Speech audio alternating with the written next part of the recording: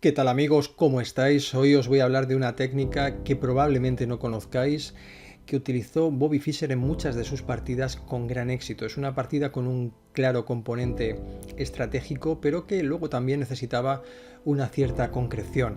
Para ello nos vamos a remontar al año 1961, al torneo de Bled, partida en la que Bobby Fischer se enfrentaba contra Mario Bertok. Tenemos que saber que nos encontramos históricamente en un entorno de tensiones geopolíticas crecientes con la sombra de la Guerra Fría sobre Europa. Fischer en aquella época se solía enfrentar a rivales de toda Europa del Este, muchos de los cuales eran entrenados por sistemas soviéticos.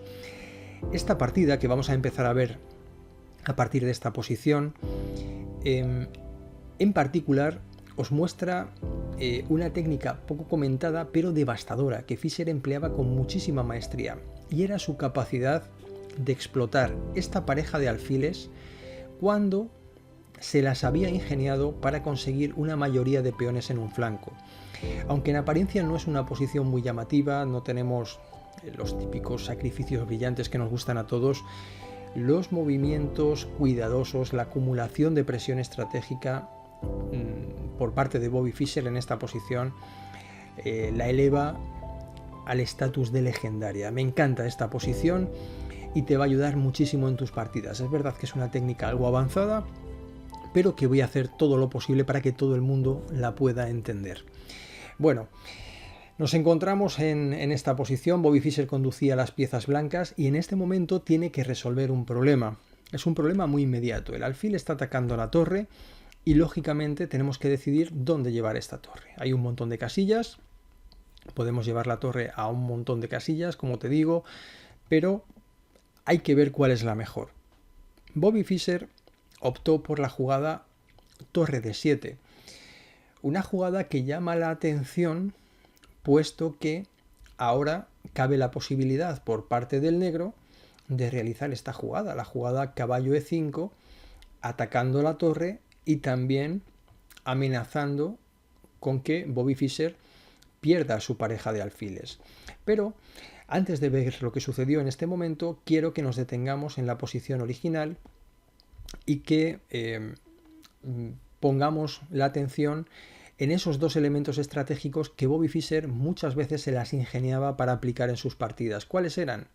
Por un lado, la pareja de alfiles, conservar la pareja de alfiles siempre y cuando existiese una mayoría de peones en un flanco, como sucede en esta posición. Bobby Fischer en el flanco de dama tiene 3 peones, el negro tiene 2. Es verdad que en el flanco de rey el negro tiene mayoría, tiene 4 contra 3, pero Bobby Fischer va a tratar de desplazar el juego hacia su flanco fuerte y en muchas ocasiones tampoco tenía demasiado inconveniente en entregar material, o material puro, o material, por ejemplo, la calidad o algún peón, con el objetivo de imponer esta mayoría de peones, que es de lo que se trata en esta posición.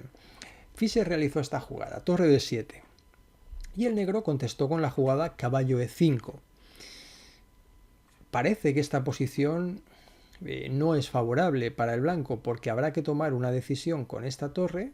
Imaginémonos quitar la torre, luego podrá venir el rey a hostigar esta torre y no parece que tras torre c7 tengamos ninguna ventaja. Parece que se va diluyendo poco a poco todo, que perdemos nuestra pareja de alfiles y que la posición está completamente equilibrada. Pero fijaos lo que sucedió en la partida. Tras torre de 7, caballo e5, Fischer optó por esta jugada, alfil por b7. De pronto, la mayoría de peones, que era de 3 contra 2, se ha convertido en una mayoría de peones de 3 contra 1, pero en una posición en la que parece haber un claro defecto táctico. ¿Por qué? Porque ahora el caballo podría capturar la torre. De hecho, así sucedió en la partida. Si caballo por d7, ¿cómo seguir? Si tratamos de no perder material, por ejemplo, hacemos la jugada alfil por c8, nos han capturado una torre, nosotros capturamos otra torre, nuestro oponente con negras que le toca mover capturará el alfil y tendremos material de menos, tenemos un caballo de menos. Es algo que no nos interesa y tendríamos la partida completamente perdida con blancas. Por lo tanto, no debemos jugar así. Y Fischer optó por la jugada torre por D7. Tras torre por D7, hagamos balance de material. Fischer sigue conservando su pareja de alfiles, sigue manteniendo la mayoría de peones y lo ha incrementado en un peón, pero ha entregado la calidad a cambio de esto. Esta era la siguiente fase del plan.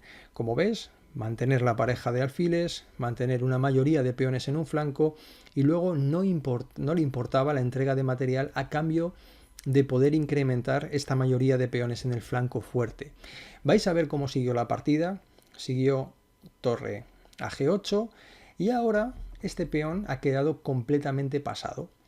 Siguió C5, A5, C6, es que va todo prácticamente como de corrido.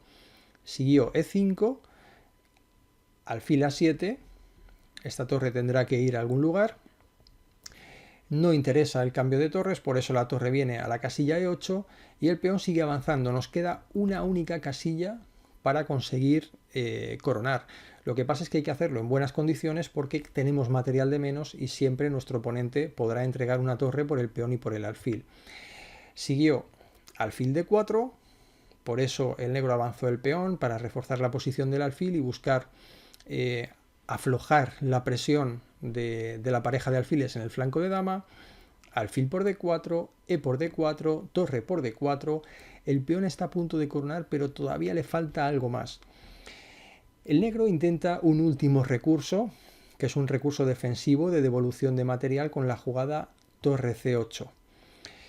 Ya hubiera sido favorable capturar la torre, pero Bobby Fischer prefiere reservarse esta jugada y pone más presión en la posición.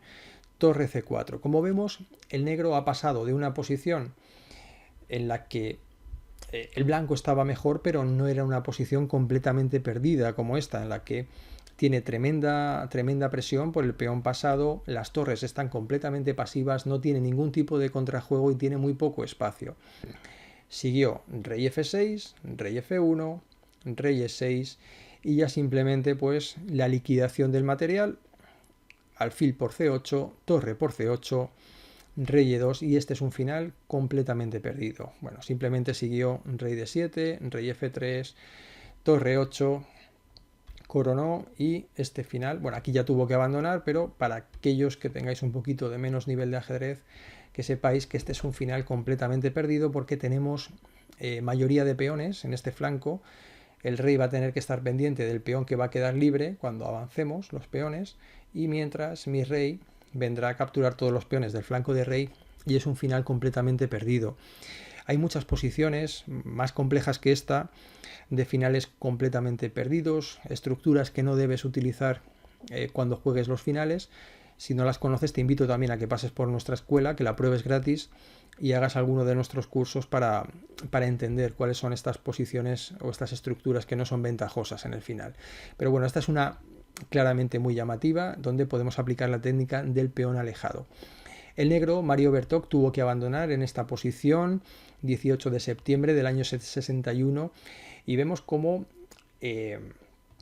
tras la entrada de la torre en D7, Bobby Fischer consigue que la posición colapse por completo, como te digo, en una posición en la que no parece del todo natural la jugada torre D7, pero en cambio es la mejor jugada en esta posición, incluso la preferida para las máquinas, muy seguida también de torre D6 con otras ideas de presión sobre el caballo, pero vemos como Bobby Fischer tenía una capacidad descomunal de entender el ajedrez.